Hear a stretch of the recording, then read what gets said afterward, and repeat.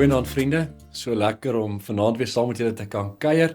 Ek is vanaand by my tweede teks van So sê die Here, en dit lees ons in Jesaja 28 vers 16.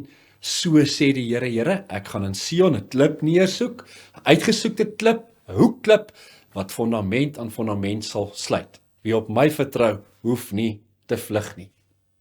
Ons weet natuurlik wie of wat daai klip is, daai rots, daai fondament, daai hoeksteen van graniet, daai beproefde, onwankelbare steen. Ek en jy weet wie dit is, dis Jesus nie.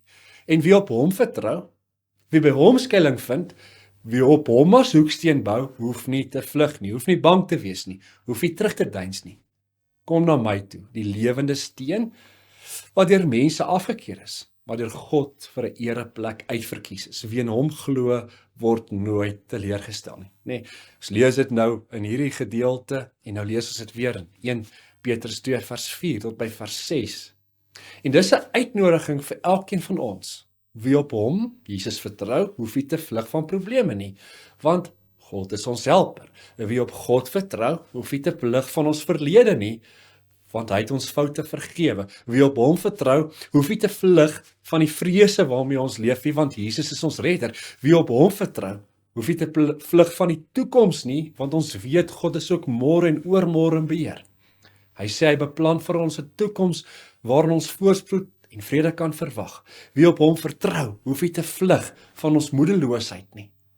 Want hy sê in sy woord, kom na my toe, almal wat moeg en oorlaai is, en ek sal vir julle rus gee.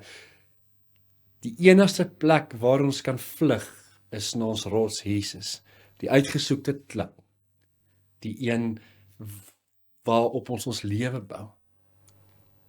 Psalm 71 vers 3, wees vir my 'n rots en 'n toevlug, 'n plek waarin ek altyd kan vlug.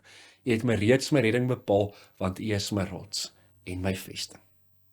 Kom ons bid saam. Here, dankie dat U my rots is. Dankie dat ek met alles in my lewe na U toe kan gaan. U sê, so sê die Here, ek is die rots. En dankie dat U die rots is waarop ons kerk bou.